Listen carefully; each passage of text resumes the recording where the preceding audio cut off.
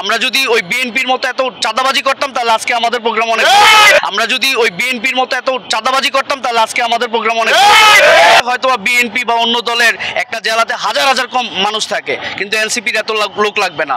এনসিপিতে যদি 20 জন লোক থাকে 1000 লোকের কাজ করবে। এটা কিন্তু একটা নতুন দল, তারা কিন্তু পাশ করে ফেলছে।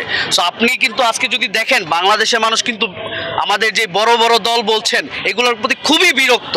আপনারা যদি দেখেন চাঁদাবাজি, দুর্নীতি, ছিনতাই এমন কোনো কাজ নেই তারা ওইগুলোর সাথে জড়িত না। আপনারা দেখেছেন পাথর দিয়ে থেতলিয়ে কিভাবে মানুষ মারা হয়েছে 2006 সালের মতো। সো এই ধরনের বন্দোবস্তে এই মানুষ আর বিশ্বাস করে না বলে আমরা বিশ্বাস করি। এবং এইবার ইলেকশনে একটা নীরব ব্যালট যুদ্ধ হবে, যেই ব্যালট যুদ্ধে এনসিপি পাস করবে, এটা আমাদের প্রত্যাশা। এবং আপনারা যদি দেখেন এনসিপির পুরো কমপ্লিট নেতৃত্ব যদি দেখেন, এখানে সবাই এডুকেটেড, এখানে সবাই শিক্ষিত, এবং এই শিক্ষিত জনগোষ্ঠী কিন্তু নতুন বাংলাদেশের জন্য কাজ করছে। দেখেন আমরা এই যে কাজ করছি নিজের পকেটের টাকা দিয়ে। আজকে এই তো ছোট প্রোগ্রাম আপনারা বলছেন, আমাদের টাকার সমস্যা হতে পারে, এই জন্য হয়তো ছোট প্রোগ্রাম। আমরা যদি ওই বিএনপির মতো এত চাঁদাবাজি করতাম তাহলে আজকে আমাদের প্রোগ্রাম অনেক। আমরা কোয়ান্টিটিতে বিলিভ করি না, আমরা কোয়ালিটিতে বিলিভ করি। এই কোয়ালিটি দিয়ে আপনারা এই ইলেকশনে দেখবেন এনসিপির অবস্থান কথা। এটা সবাই নিজের পকেট থেকে আসে এবং নিজে একটা নতুন দেশ গঠন করার জন্য। এই যে স্যাক্রিফাইসিং মানসিকতা, এই স্যাক্রিফাইসিং মানসিকতা দিয়ে এনসিপি আগায় যাবে। আপনার একটা কমিটিতে হয়তো বিএনপি বা অন্য দলের একটা জেলাতে হাজার হাজার কম মানুষ থাকে, কিন্তু এনসিপির এত লোক লাগবে না।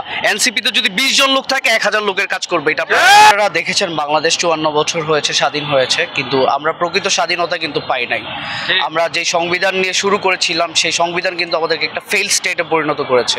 তো আমরা এখন কি চাচ্ছি? আমরা একটা নতুন সংবিধান চাচ্ছি। আপনি শুনেছেন যে নাহিদ ইসলাম যে 24 দফা দিয়েছেন আজকে দেশ নতুন পুনর্গঠনের জন্য ইস্তেহার।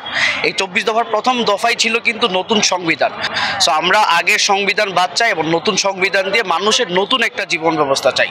সো বাংলাদেশ এই সংবিধানে চলতে পারে না, এটা হলো নাম্বার 1 ইস্যু। এবং সামনের 20 বছর বা সামনের 50 বছর বাংলাদেশ কিভাবে চলবে এটার কিন্তু একটা দিক নির্দেশনা আজকে নাহিদ ইসলাম তার 24 দফায় দিয়ে দিয়েছে।